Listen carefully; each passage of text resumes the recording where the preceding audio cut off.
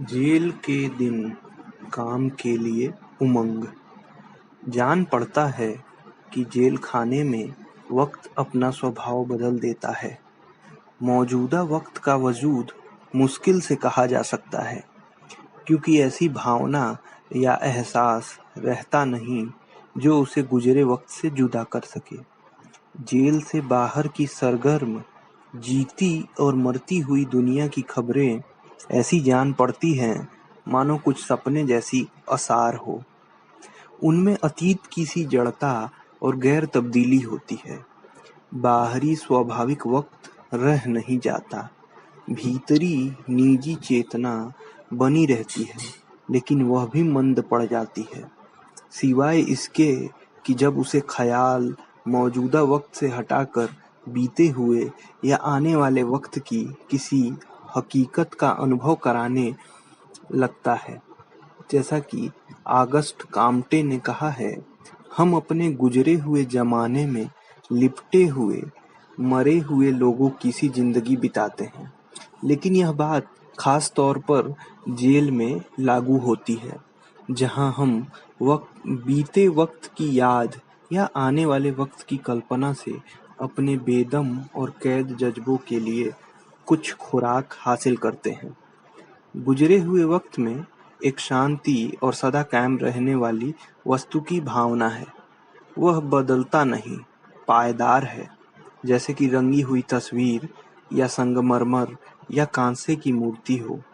मौजूदा वक्त के तूफानों और उलटफेर से असर न लेते हुए वह अपनी शान और इत्मीनान को बनाए रखता है, और दुखी आत्मा और सताए हुए मन को अपनी समाधि गुफा की तरफ पनाह लेने के लिए खींचता रहता है। वहाँ शांति और इत्मीनान है, और वहाँ आदमी को एक रूहानी कैफियत का भी आभास मिल जाएगा। लेकिन जब तक हम उसमें और मौजूदा वक्त में, जहाँ इतनी कशमकश है और हल करने के लिए इतने मसले हैं, एक जीती जागती कड़ी न कायम कर सके, तब तक इस जिंदगी को हम जिंदगी नहीं कह सकते। यह कला के लिए जैसी एक चीज बन जाती है, जिसमें कोई उत्साह नहीं, काम करने की उमंग नहीं, जो जिंदगी का सार है। इस उत्साह और उमंग के बगैर उम्मीद और ताकत रफ्ता रफ्ता जाती रहती है। हम जिंदगी की एक नीची सतह पर आकर ठहर जाते हैं, यहाँ तक कि चुपके चुपके मिट जाते हैं। हम गुजरे हुए जमाने के हाथों कैदी बन जाते हैं, और उसकी बेहिसी का कुछ हिस्सा हम में चिमटकर रह जाता है। तबीयत की यह हालत जेल खाने में आसानी से पैदा हो जाती है, क्योंकि वहाँ हमें काम करने की आज़ादी नहीं रहती, और हम जेल के कायदों और वहाँ की दिनचर्या के गुलाम बन जाते हैं। फिर भी गुजरा हुआ जमाना तो हमारे साथ ही रहता है। हम जो कुछ हैं, हमारे पास जो कुछ है, वह गुजरे हुए जमाने से ही हासिल हुआ है। हम उसके बनाए हुए हैं, और उसी में गर्क होकर जीते हैं। इस बात को न समझना और यह ख्याल करना कि यह कोई ऐसी चीज है जो हमारे भीतर रहती है, मौजूदा जमाने को न समझना है। उसे मौजूदा जमाने से जोड़ना और आने वाले जमाने तक खींच ले जाना, जहां इस तरह जुट न सके, वहां से अपने को अलग कर लेना, और इस सब को विचार और अमली दुनिया की धड़कती हुई, थरथराती हुई सामग्री बना लेना, यही जिंदगी है। हर एक जोरदार काम जिंदगी की गहराइयों से पैदा होता है। इस काम का मुहूर्त व्यक्ति के सारे लंबे पिछले जमाने ने, बल्कि नस्ल के गुजरे हुए जमाने ने पेश किया है। नस्ल की याददाश्तें, पूर्वजों और इर्द गिर्द के प्रभाव और शिक्षा और दबी हुई चेतना के उकसाव, विचार और सपने और लड़कपन के आगे के काम, सब एक अजीब ढंग से मिलजुल कर हमें इस काम की तरफ मजबूर करके ढकेलते हैं, और यह काम खुद आने वाले जमाने को निश्चित करने में अपना असर डालता है। भविष्य के ऊपर असर डालना उसे कुछ हद तक या मुमकिन है बहुत हद तक निश्चित करना सही है, फिर भी यह तय है कि इसे एक निश्चयवाद नहीं कह सकते। अरविंद घोष ने मौजूदा वक्त के बारे में कहीं पर लिखा है कि यह विशुद्ध और अक्षत क्षण है। समय और वजूद की वह पैनी छुरे की धार है जो गुजरे हुए जमाने को आने वाले जमाने से जुदा करना है, और यह है और फौरन नहीं भी है।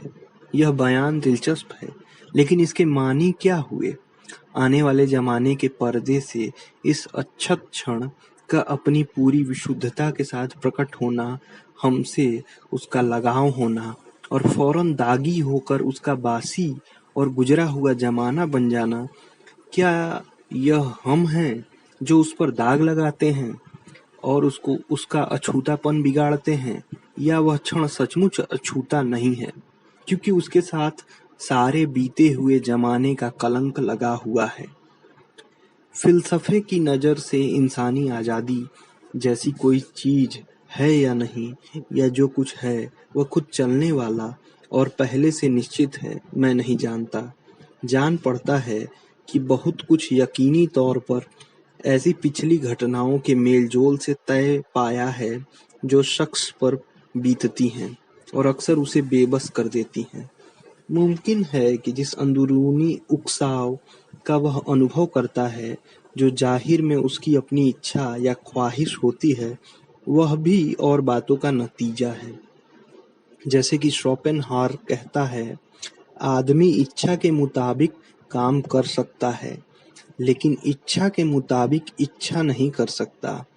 यह निश्चयवाद में कतई तौर पर यकीन रखना हमें लामुहाला बेकार कर देता है, और जिंदगी के मुताल्लिक मेरा सारा यकीन इस ख्याल से बगावत करता है। अगरचे हो सकता है कि यह बगावत भी खुद पिछली घटनाओं का नतीजा है। मैं अपने दिमाग पर आमतौर से ऐसे फिलसफियाना और अधिभौतिक मसलों का बोझ नहीं डालता जिनका कि हल न हो। कभी-कभी ये आप ही अनजाने में कैद के लंबे और मौन क्षणों में मेरे सामने आ जाते हैं, और कभी-कभी तो उन सरगर्म लम्हों में भी जब मैं काम में लगा होता हूँ। इनके आने के साथ ही मैं एक अलहदगी महसूस करने लगता हूँ, या अगर ये विचार ऐसे लम्हों में आए जब मैं दुखी हुआ तो इनसे मुझे शांति मिलती है। लेकिन आम तौर से काम या काम के विचार ही मेरे दिमाग में जगह पाते हैं, और उस वक्त जबकि मुझे काम करने की आज़ादी नहीं रहती, तब मैं ख्याल करने लगता हूँ कि काम की तैयारी कर रहा हूँ। बहुत दिनों से मैंने काम के लिए बुलाहट का अनुभव किया है। ऐसे काम के लिए नहीं जो विचार से अलग-थलग हो, बल्कि ऐसे काम के लिए जो एक सिलसिले के साथ विचार से पैदा होता हो। और जब दोनों में यानी काम और विचार में सामंजस्य पैदा हो गया है, विचार ने काम करने की प्रेरणा दी और काम में जाकर वह पूरा उतरा है, या काम ने विचार पैदा किया है, बातों को ज़्यादा अच्छी तरह समझने का मौका दिया है, तब मैंने जिंदगी को भरी पूरी पाया है, और जिंदगी के उस क्षण में मैंने एक खुलती हुई गहराई पाई है। लेकिन ऐसे क्षण बहुत बिरले रहे हैं। होता यह है कि आम तौर से काम और विचार इनमें से एक दूसरे से आगे बढ़ जाता है। इस तरह दोनों में सामंजस्य नहीं हो पाता, और दोनों को मिलाने में फिजूल कोशिश सिर्फ होती है। सालों पहले की बात है, एक जमाना था कि मैं काफी अरसों तक किसी न किसी भाव के आवेश में रहा करता था। जिस काम में लगा होता, उसी में गर्क रहता। ऐसा जान पड़ता है कि मेरी जवानी के वे दिन बहुत पीछे छूट गए। सिर्फ इसलिए नहीं कि एक जमाना गुजर गया, बहुत कुछ इसलिए कि उनके और आज के दरमियान तजुर्बे और पुरदर्द ख्यालों का एक समुंदर आ गया है। पुराना जोश अब बहुत धीमा पड़ गया है। वे आवेग जो मुझे बेकाबू कर देते थे, अब नरम पड़ गए हैं। अपने जज्बों और भावों पर मुझे अब ज्यादा काबू हो गया है। हाँ, विचारों का बोझ अब अक्सर काम में रुकावट डालता है, और दिमाग में जहाँ यकीन रहा करता था, अब दबे पांव संदेह आकर खड़ा हो जाता है। शायद यह उम्र का तकाजा है, या हो सकता है कि वक्त का आम मिजाज ही ऐसा हो। और फिर भी अब तक काम में लगने की बुलाहट मेरे अंदर अजीब गहराइयों को कुरेदती है, और विचारों के साथ दो हाथ भिड़कर मैं फिर उस आनंद के सुंदर उल्लास का तजुर्बा करना चाहता हूँ जो जोखिम और खतरे की तरफ झुकता है, और जो मौत का ललकार कर सामना करता है। मौत के लिए मुझे कशिश नहीं, अगरचे मैं समझता हूँ कि उससे मुझे डर भी नहीं लगता। जिंदगी से मुंह मोड़ने या उससे बाज आने में मुझे यकीन नहीं। जिंदगी से मुझे मोहब्बत है, और वह बराबर मुझे अपनी तरफ खींचती है। अपने ढंग से मैं उसका रस लेना चाहता हूँ, अगरचे मैं न जाने कितनी अनदेखी रुकावटों से घिरा हुआ हूँ, लेकिन यही ख्वाहिश मुझे जिंदगी के साथ खेलने को, उसकी झलक लेने को उकसाती है।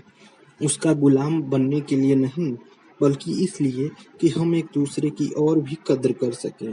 शायद मुझे एक उड़ाका होना चाहिए था, इसलिए कि जब जिंदगी का धीमापन और उदासी मुझ पर छाने लगती है, तो मैं उड़कर बादलों के कोलाहल में समा जाता और अपने से कहता, मैंने सब कुछ तौल कर देख लिया, सब बातों पर विचार कर लिया।